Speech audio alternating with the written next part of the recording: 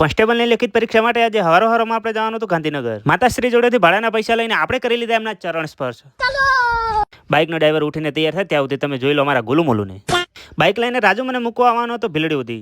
ભીલડી જતા હોય ને ફાટક બંધ ના હોય એવું તો બને જ નહીં, પણ એનાથી વધારે દુઃખ તો લાગ્યું બાઇક ને પંચર પડવાનું. સકન તો થતા નથી, પણ પદ્માન વચન આલ્યું છે જવું તો પડશે. વચન પૂરું કરવા માટે રાજુને બાઇક કહીને આપણે થઈ ગયા હાલતા. ભીલડીથી ડીસા જવા માટે બેસી ગયા આપણે ઇકોમાં. ગાંધીનગર જવાનું હતું તેથી આપણે કર્યું હતું ડીસાથી બસનું રિઝર્વેશન. લઈ લીધી પાણીની બોટલ, કેમ કે ગલા સબકા સૂખતા હૈ. રિઝર્વેશન વાળી બસ તો આવી ગઈ, પણ બાજુમાં એટલે આપણે સીટ બદલાઈ નાખી. પાટણ ને ઊંઝા અને વાયા આપણે ઊંઘ્યા. હોટલે બસ ઉભી રહી તો સિંગ ખાઈને આપણે પાવન પગલા કરી લીધા મહેસાણામાં. અડાલજ ચોકડીથી વળાંક લઈને સૂર્યવંશીએ લઈ લીધી સાઈ એન્ટ્રી ગાંધીનગરમાં. ગાંધીનગરમાં તો આવી જાય, પણ આ બાજુ જવું કે આ બાજુ જવું કોઈ હુતું જ નહીં. શરમાઈજી. રાત તો ગમે અહીંયા રોકાઈ જાવ, પેલા પેટનો ખાડો પૂરવાનું કરવા દે. દોસ્તારની ઓળખાણ કાઢીને આપણે પહોંચી ગયા અડાલજ પોલીસ સ્ટેશન. ના કોઈ ખરાબ કામ નથી કર્યું હો.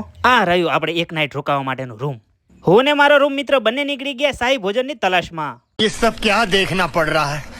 अच्छा है मैं अंधा हूँ. હોટેલે તો પોકી ગયા, પણ આ શું ભરીને આશા ભરી. જમી તો લીધું, પણ વાયરો એટલો હતો કે અમે પોકી ગયા ડાયરેક્ટ રૂમ પર. મજા આવી તો લાઈક ને ફોલો કરી નાખો એટલે બીજો વિડીયો જોવા મળે.